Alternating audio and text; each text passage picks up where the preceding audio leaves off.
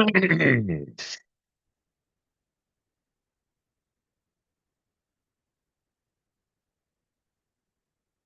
welcome back, everyone. Today I'm going to start 4.3. This is partial derivatives. So here now, we're really beginning the calculus. Up until now, we had to do some preliminary things. We had to cover how functions of several variables work. And then also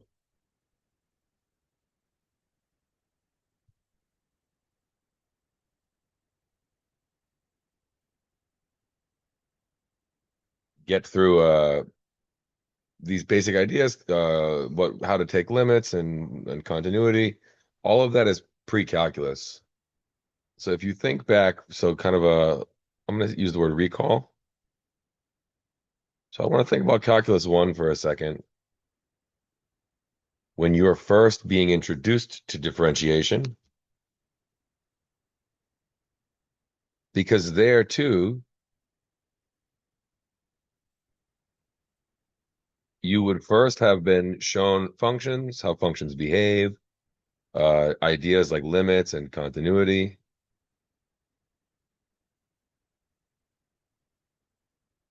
And then maybe you're shown the graph of a function.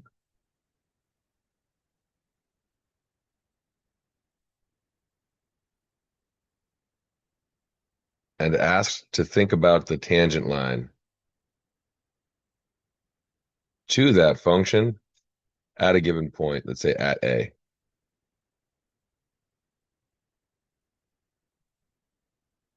And then, long story short, this is not a Calculus 1 class. The slope of that line is, you can write this as f prime at A, and we also write this as df dx at A.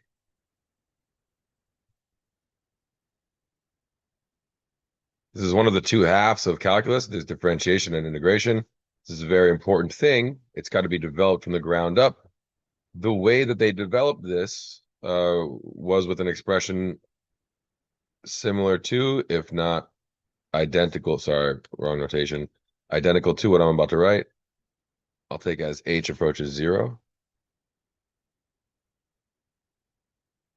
And you've got to, so this is what those are equal to. You've got to start at A and move a little bit. That h is a small step.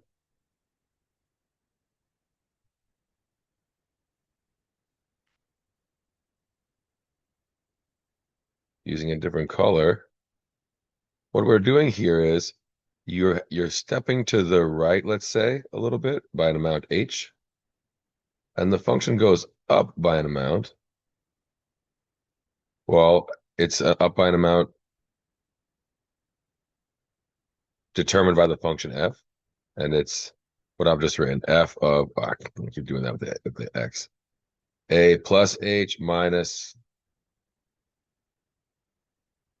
f of h. So the ratio of this rise to this run is that slope.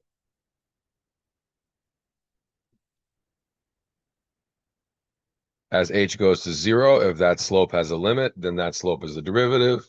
That's a crash course in Calculus 1. Try to keep all of that in mind as we proceed forward now.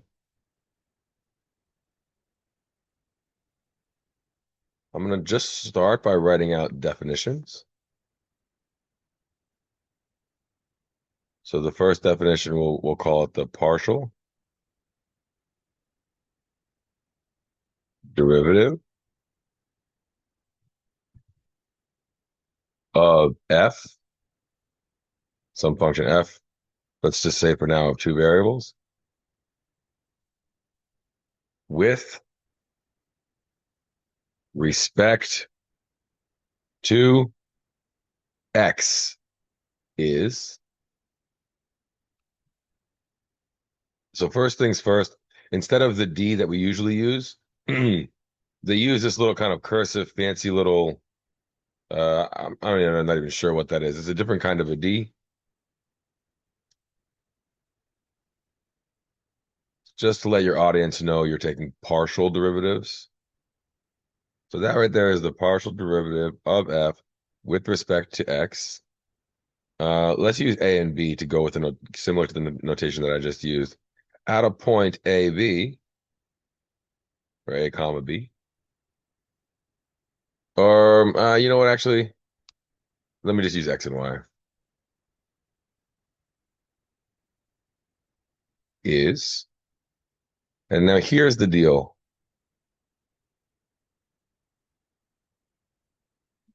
We still want to take a small step.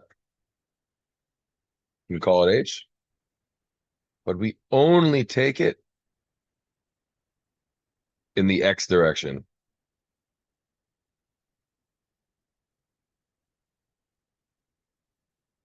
The y direction remains fixed.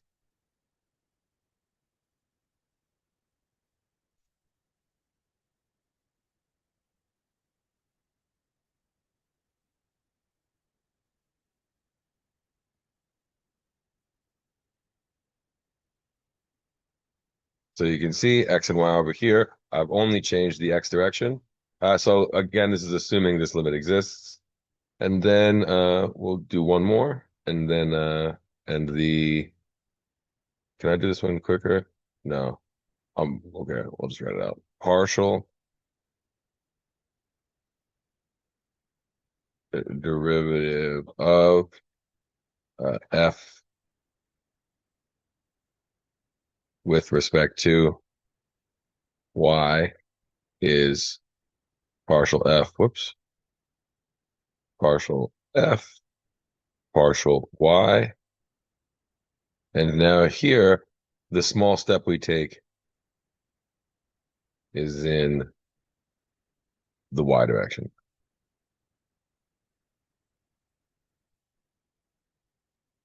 Okay, let me just freeze there. Nobody likes definitions. You don't usually get too much insight from them. I'm going to try to get as much intuition for all of this as I can in the next couple examples. But those are the definitions. Go right ahead and do one example where we actually use the definition. And then as quickly as possible, we want to never have to do it again. Same as Calculus 1, right? At the beginning, they make you find derivatives using the definition. And then there are some tricks and some techniques that you memorize.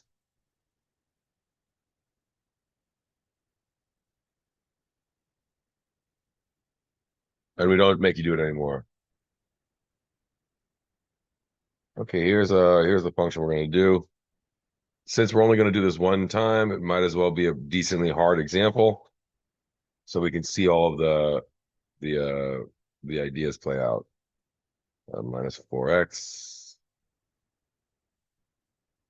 plus 5y minus 12 plus, okay, so this is going to be obnoxious, super obnoxious to write all of this out. But after we do this, and I quiz you on it one time, and then maybe it appears on the midterm too, I don't know. Uh, I promise you won't have to do it again after that. Okay, so what do I want to do? I want to find the partial derivative of f with respect to x at a given point. I'm going to do this by, here we go. Oops. Plugging in a small step in x.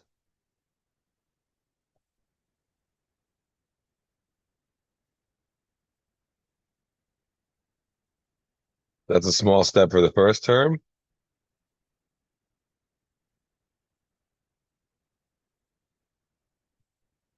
That's a small step for the second term. Now, there's something really important to digest right here. Take a second and just think about it.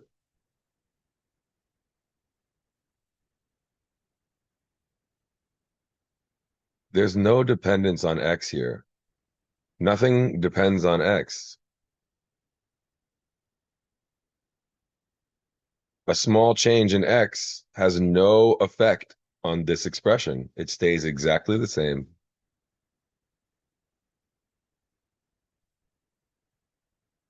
There's a small step in that term.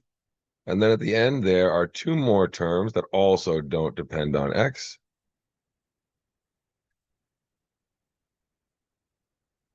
They also are unchanged. Can I zoom out just a tad? Now let me just notate everything we just did there. That's quote unquote f of x plus h comma y.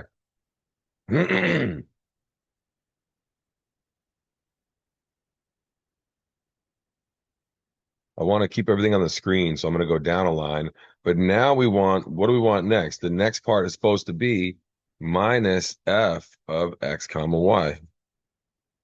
So I need to have minus x squared. I'm switching signs all the way down.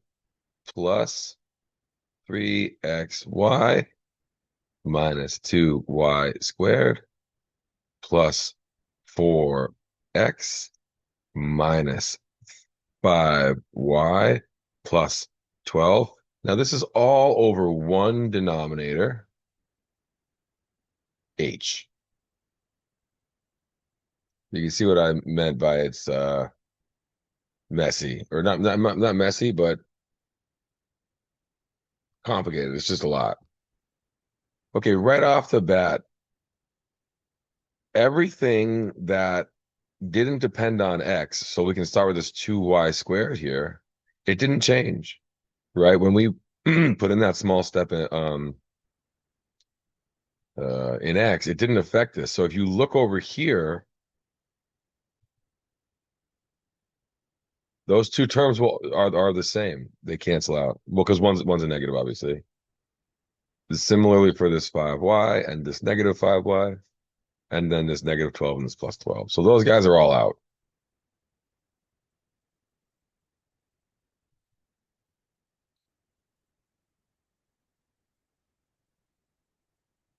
That is going to shorten everything that we're writing. But there's some expansions that we need to do. I'm going to expand this first expression.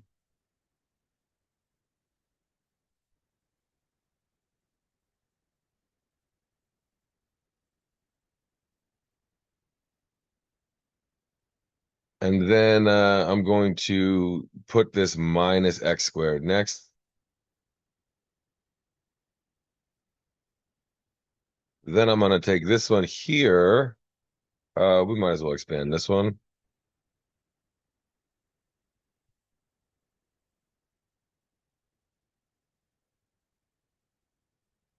And then I'm going to put this guy next, the plus 3xy. And then I'll distribute that 4 up there.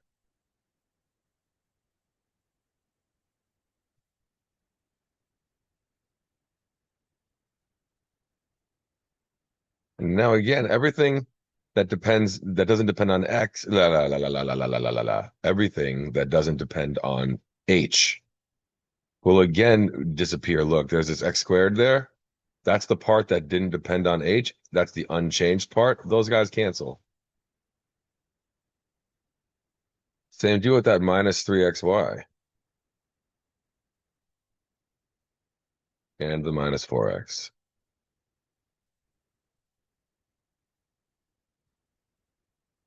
We're left only with the parts that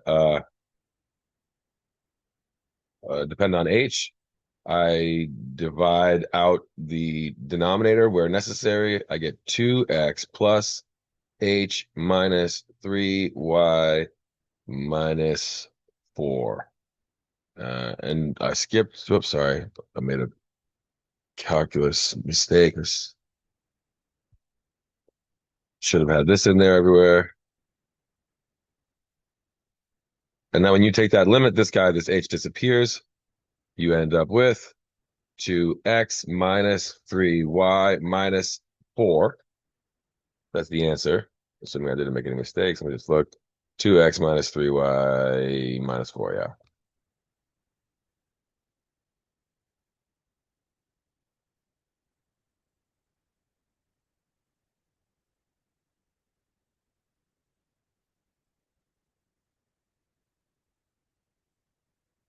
Yeah, I'm going to do this one more time a little quicker for the other direction, and then I'm going to try to alleviate any concerns um, as best I can. So let's do this a little more quickly. Now I want to find the partial derivative with respect to y. I've got to do a limit by taking h to 0, but instead I've got to plug in the h step into the y expressions. So I get x squared minus 3x times y plus h. I can't remember the thing. Plus 2y squared plus, oops, plus 2y plus h squared. Whoops. Uh, Minus 4x plus 5y plus h minus 12. My God, so much writing. And then we don't forget the denominator. H, we're good to go. Sorry. I'm rushing. Um, that all right there is my first part, f of x, y plus h. I need to take off the original function, um, minus x squared plus 3xy minus 2y squared plus 4x minus 5y plus 12. And now all of that gets divided by h. Um, okay, in red, what cancels out? Well, x squared cancels with negative x squared minus 4x plus 4x minus 12 plus 12. And now I've got to distribute minus 3xy minus 3x h plus 2y plus 4y h plus that's 2y squared, excuse me, plus 2h squared plus 5y plus 5h plus 3xy minus 2y squared minus 5y. Let's see, plus 5y minus 5y minus 2y squared plus 2y squared minus 3xy plus 3xy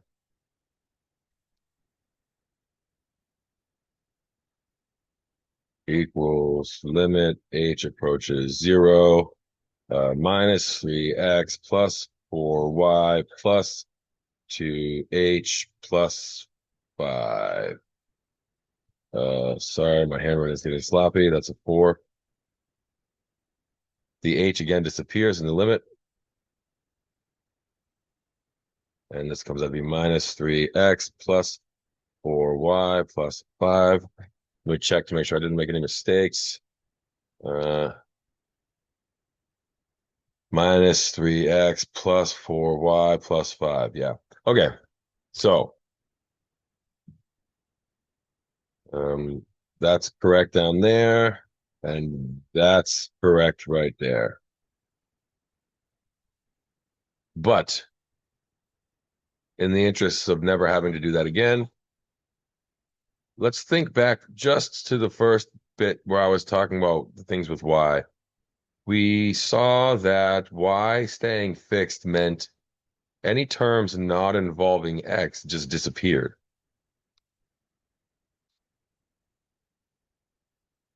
in the when we differentiated.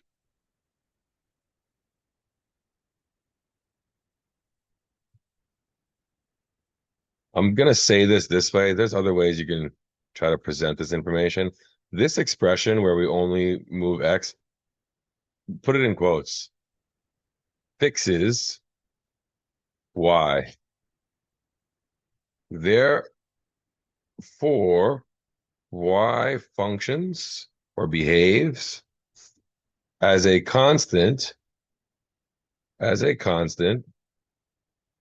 when we differentiate with respect to x. And then I'm going to say and vice versa. and vice versa. X functions as a constant when we differentiate with respect to y.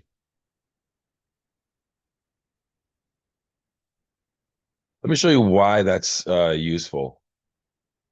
Let's go ahead and take that exact same function again right there, the one we just differentiated. X squared minus 3xy plus 2y squared.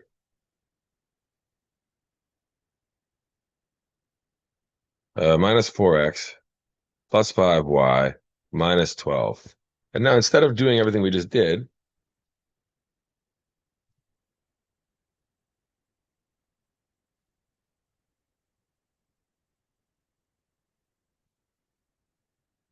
let's differentiate with respect to x. And we're just going to pretend that y squared, and y are all constants, along with the 2 and the 5 and the 12, etc.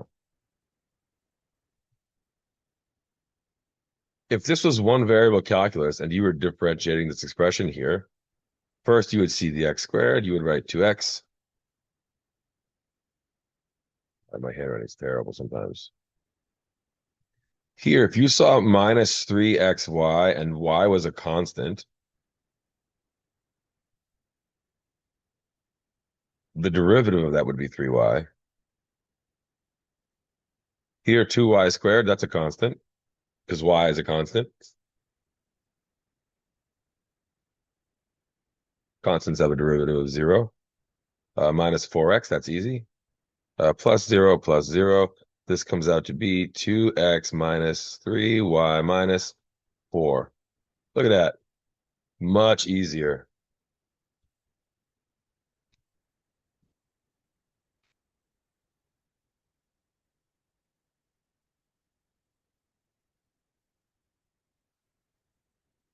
The same process where now we're going to fix x, treat x like a constant, and to differentiate with respect to y. The first thing I see is x squared. That's a constant. The next thing I see is 3xy. And remember, y is the variable, x is a constant. So you differentiate that, you just get the constant minus 3x. Here now, I'm treating y as the variable, so that's got a derivative. What's the derivative of 2y squared? 4y. 4x is a constant. The derivative of 5y is just 5. And the derivative of 12 is 0. So minus 3x plus 4y plus 5. And then again, so you can see both those two answers there. They're the same as the ones we got on the left. Boom, boom. So this is what we want. This is what we want.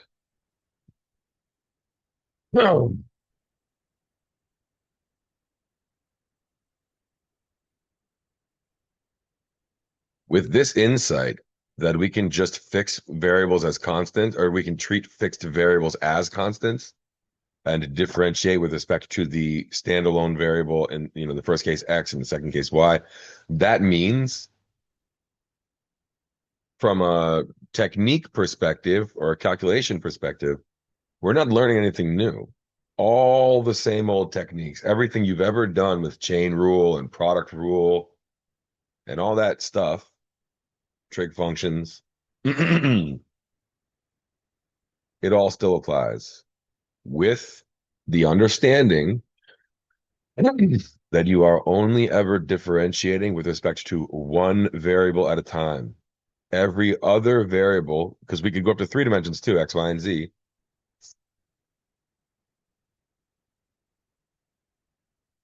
Every other variable has got to be treated as a constant. So let me proceed with that new insight in mind and see, let's try a harder one. Yeah, let's try this one here. Okay, so another example.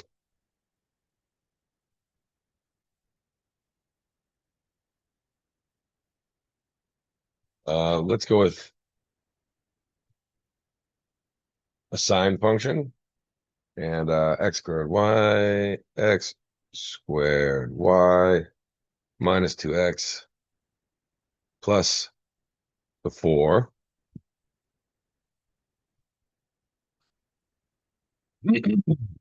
And let's try to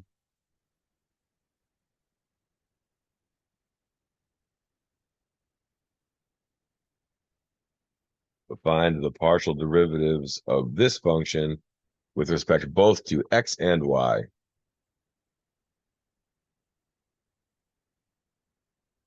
So my goal right now is to differentiate this whole expression with respect to x, treating y as a constant. When you see, the trig function with some kind of complicated expression in x on the inside, you know you've got to use the chain rule. So first you differentiate the outside, derivative of sine is cosine.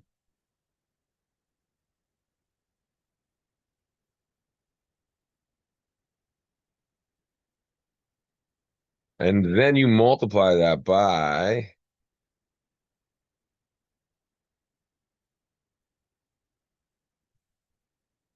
the derivative of the inside.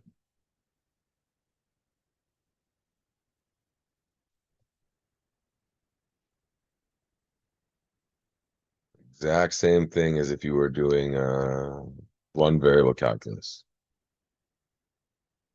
And then you proceed,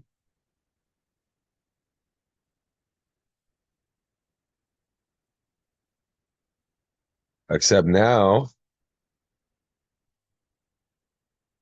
you're differentiating this expression that depends both on x and y, and you've got to make sure that all the y's are treated like constants. So I see x squared, the derivative of that is 2x.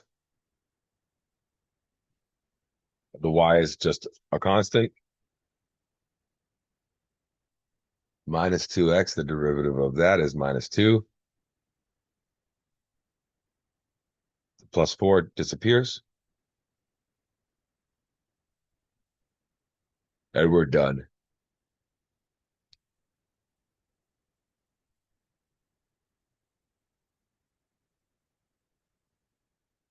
This right here is the derivative of f with respect to x.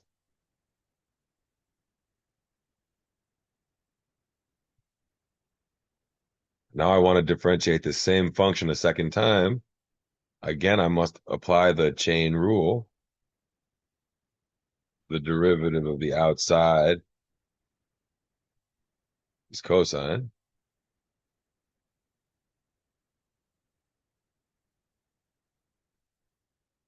But the derivative of the inside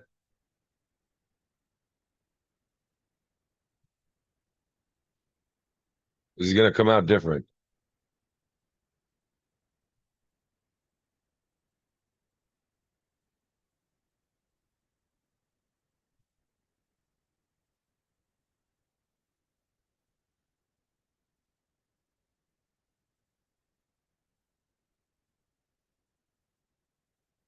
Here now, x squared is a constant because I'm differentiating with respect to y.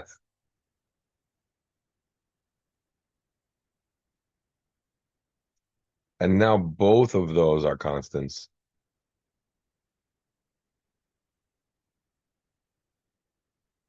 So maybe this one is neater to write like this. Okay. Of such an urge to say, are there any questions? Um, let's see. So, uh, partial derivative x, there we go. Y, there we go. That's an example. This is just calculation.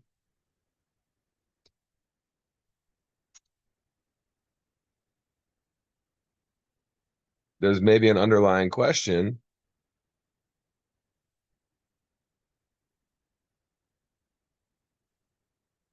What are partial derivatives?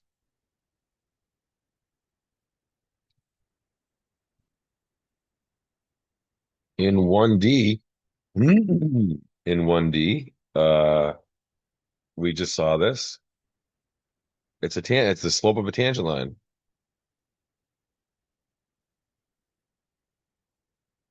It's not really the same picture anymore when we go up.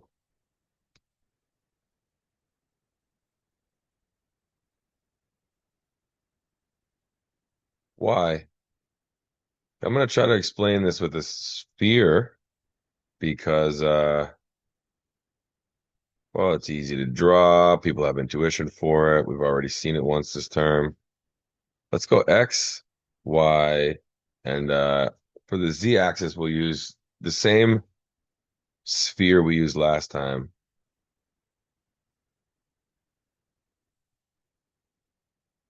I really just care about the top half of the sphere.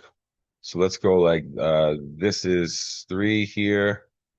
So maybe my circle's like this. Boom.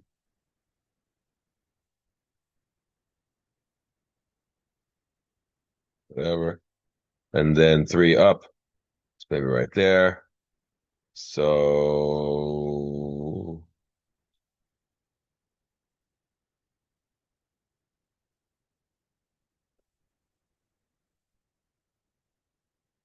there's my sphere.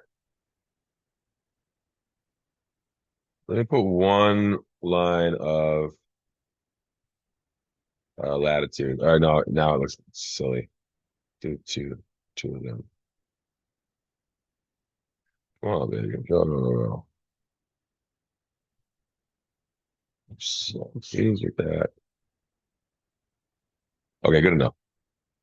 And now we pick a point on, let's go like right here, maybe.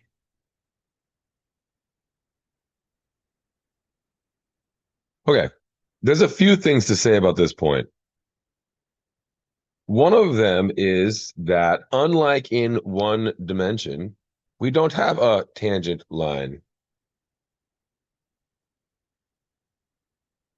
Right here, we've got this thing, this tangent line. I don't know how many people are immediately able to tell what the word I'm about to look for is, but what does this point have on this graph? If not a tangent line, what does it have?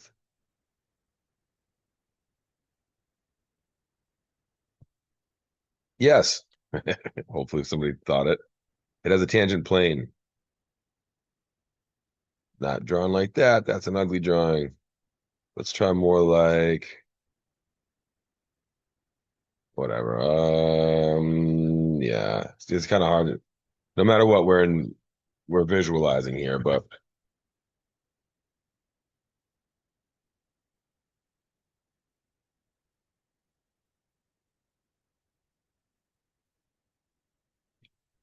that point does not have one tangent line. There are, in a sense, lots of tangent lines, and anybody who's really geometrically inclined, maybe you can tell this plane is the family of all such possible tangent lines, but that's a topic for another day.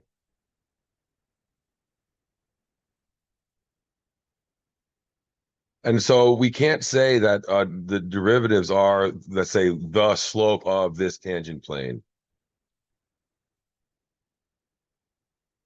But there's something else we can do. And I now want to erase this tangent plane to not overpopulate my drawing. Okay, take one more moment, maybe, just on your own reflection, to ask what it is that the partial derivatives are telling us.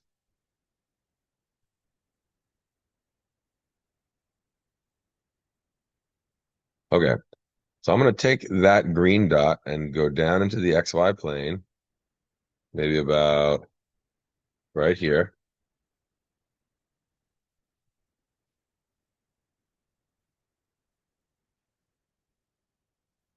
That's my starting point.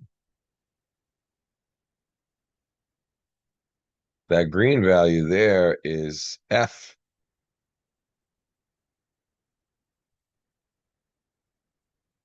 of my starting point.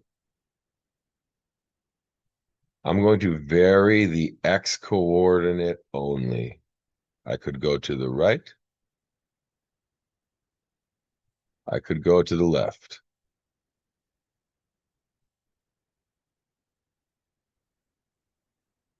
If I did that, the function value would change. Whoops.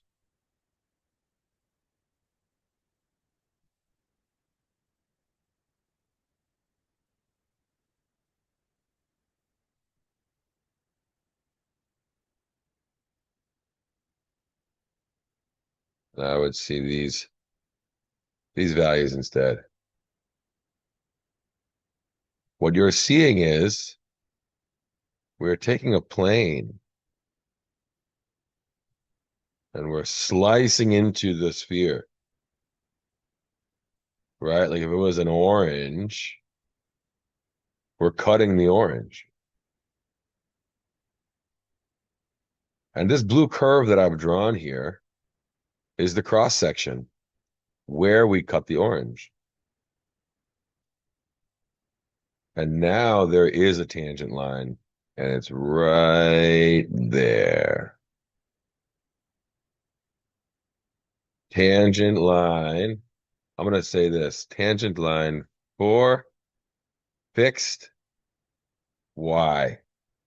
Right? That blue plane, we find that blue plane by fixing the y coordinate and only varying the x coordinate.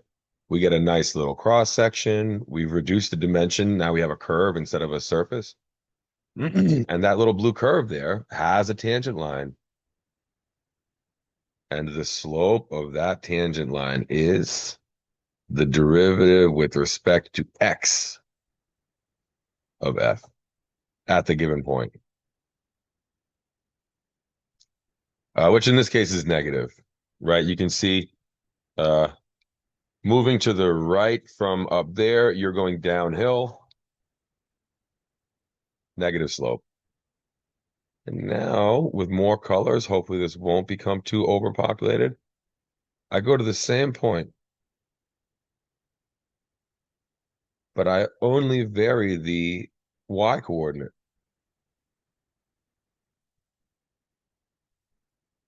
Oops, I don't want to actually draw lines. I like sketching. Boom, boom, boom, boom, boom, boom, boom, boom, boom, boom, boom. I could also vary the y coordinate in this direction.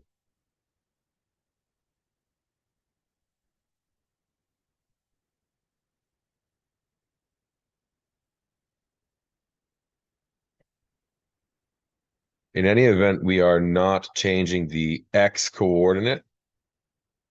We generate a new cross section. I hate where I drew that green dot. Okay, I'm upset at my drawing. That purple curve there lies inside of this purple plane.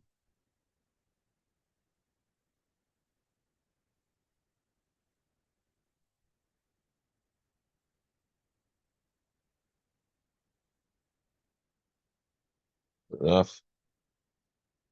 It's nice, not good enough. Come on. Better. Okay. So you can see again the same orange, the same sphere, the same globe. We sliced it in a different direction.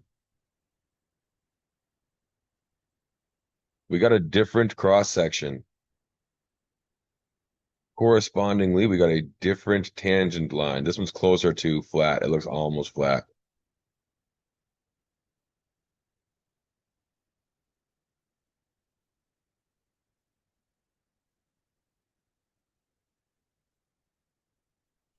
And that orange line there, that's the tangent line for fixed x, for fixed x. The slope of that line is the partial with respect to y of xy. Okay, that's a lot of visualization, but this is the appropriate interpretation for partial derivatives. They are slopes of tangent lines, but they are of the specific tangent lines chosen to correspond to varying exactly one variable while keeping the other one or more variables fixed. One more example I want to do with this sphere.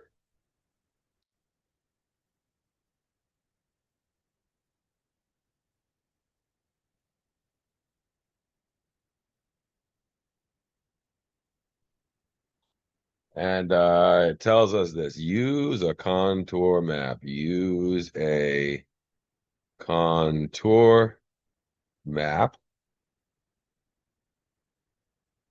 to estimate this guy, let's say partial f partial x, at root 5 comma 0 for the same function we just used.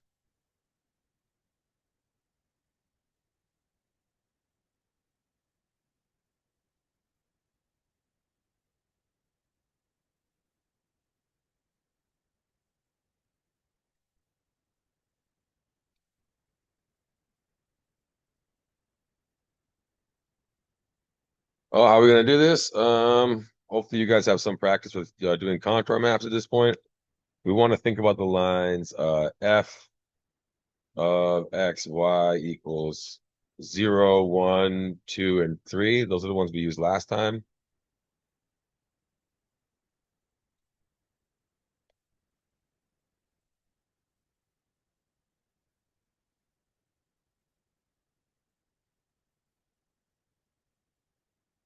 If you use uh 0, root 9 minus x squared minus y squared equals 0, you get a circle of radius 3.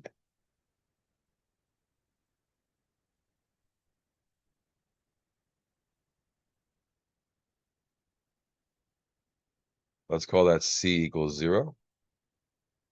If instead you had set it equal to 1, square both sides, you'll get a root 8,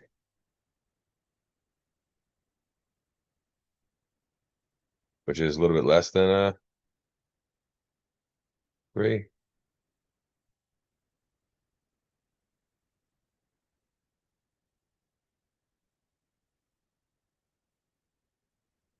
There's c equals 1.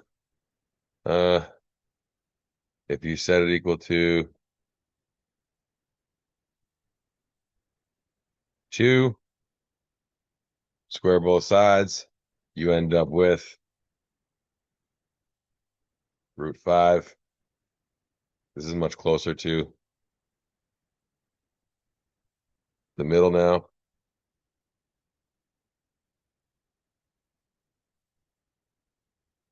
And then there's one more, I'm just going to put it right there. That's c equals 3.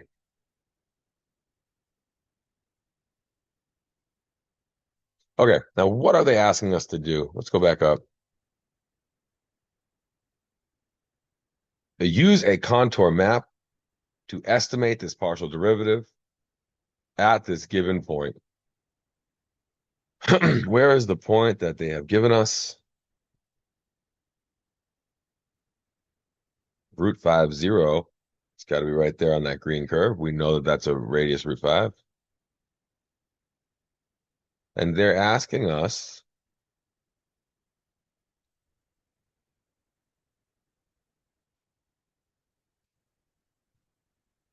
if you go in this direction, the x direction, right? Because they want us to estimate partial f partial x. What is the slope of this function in that direction?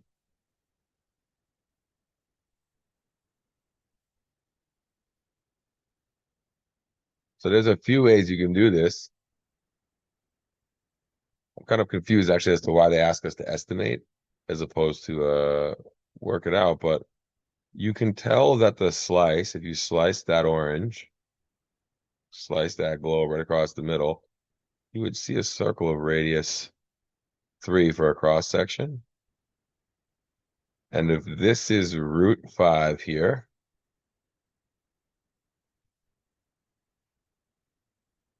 they're looking for that slope right there.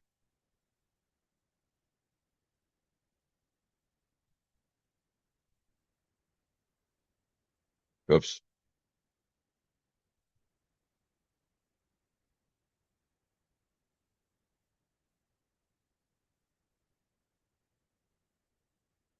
If this length is root 5, then by the Pythagorean theorem, that's got to be height 2. 2 squared is 4. Root 5 squared is 5. 5 plus 4 is 9. That's 3 squared. That's a Pythagorean theorem. And then I don't know if you guys know this trick, but this line right here and this line right here are perpendicular to each other. And so if this blue line has a slope of 2 over root 5, then this other blue line has a slope of negative root 5 over 2. So that's a good estimate. That should be the right answer. If you come up with something simpler that's not as specific, that's fine. If they're telling you to estimate, they're not telling you how accurately to estimate. You don't have to do the best thing. You can do whatever kind of comes to mind. But and you can also kind of tell maybe like watch this, like if I just pick a random point and I don't really know the coordinates of the point I chose, I couldn't do what I just did here. I can't find the exact answer, but I know, for instance, that right here, going this direction, I'm going downhill. I can see that I'm going from a higher value of C to a lower value of C. If I was right here, again, I'm going from a higher value of C to a lower value of C. So I know the derivatives are negative in those directions. A very interesting thing to observe is if you were right here, for instance,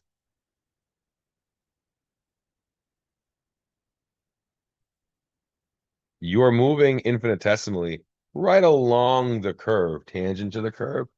The derivative there would be 0. I should start putting this in. The derivative here would be 0. Here, with respect to x, it would be less than 0. Here, it would be less than 0.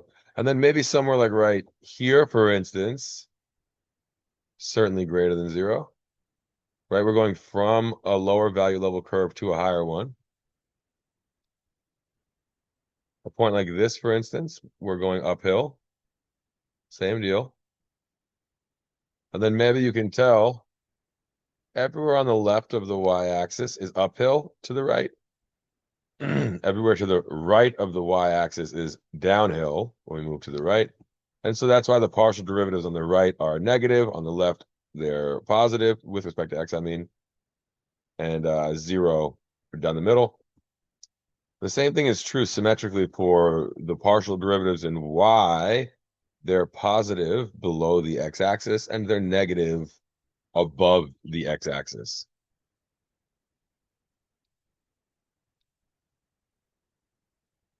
All right, I'm going to do one more example, and I think that's probably enough for this lecture. I want to do a derivative with a function of 3 variables. Just for completeness sake, it's not going to be anything new. And we won't do using the definition in this example. So I'm not going to do limit h approaches 0, blah, blah, blah. Let's just write out what the function is. Oops, sorry. X squared minus 3xy plus, I don't know why they would use the same first part, but whatever. Minus 4xz minus 4x 4xz plus 5yz squared minus 12x minus 12x plus 4y minus 3z. Okay, let's just find all three partial derivatives with respect to, x, y, and z.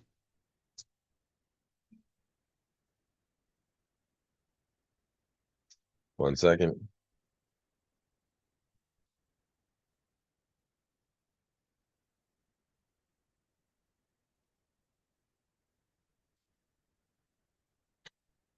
Okay, partial f,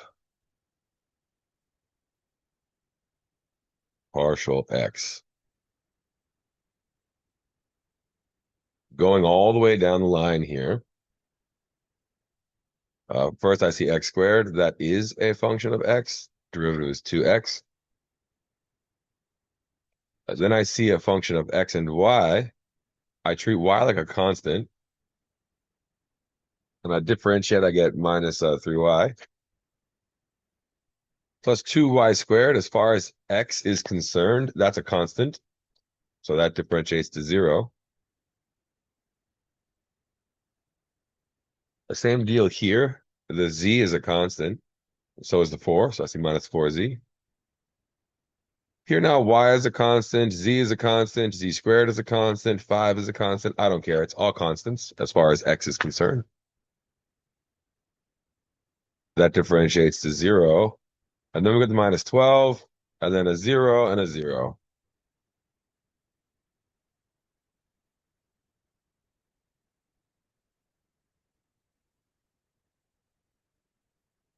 Two x minus 3y minus 4z minus 12 looks good to me.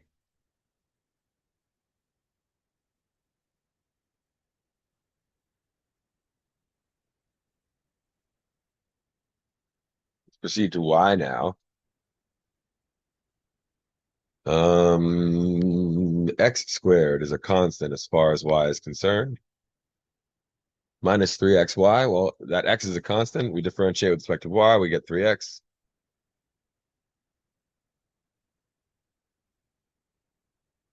Whoops. The derivative of 2y squared is 4y. X and z are both constants as far as y is concerned.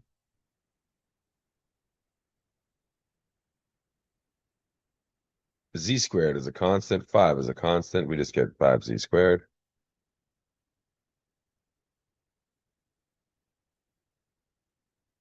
X is a constant. We get a 4 there. And z is a constant.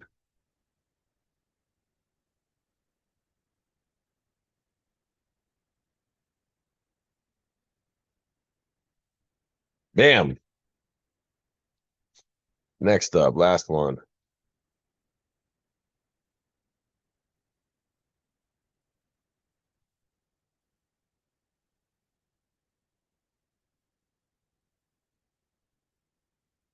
And now z is my variable of choice. X squared, that's a constant. 3xy, that's a constant. 2y squared, that's a constant. And now I've got 4xz. The x is a constant there, so I get minus 4x. Here now 5y is a constant, but z squared, I'm differentiating with respect to z. That 2 has got to come down. 10 y z. X is a constant, y is a constant, and then I get that minus 3 at the end. Minus 4x plus 10 y z minus 3. All right, 1, 2, 3.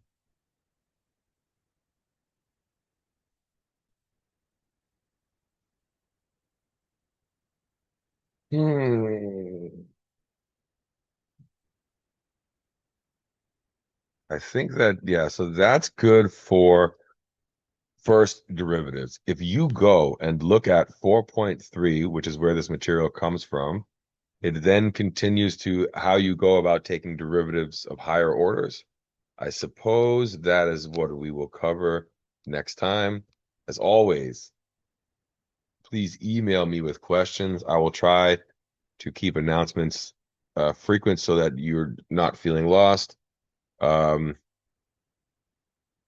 Today is Monday, so there is a quiz uh, to be submitted by, I haven't decided on the deadline yet, but that's today. And then also homework at 8 p.m. today. Please don't be late on either of those assignments, as you will not receive credit if you are late on either of them.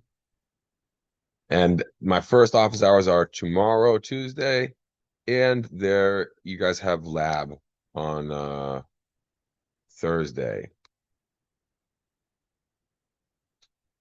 Yeah. Email me with questions if you have them. Thank you, guys.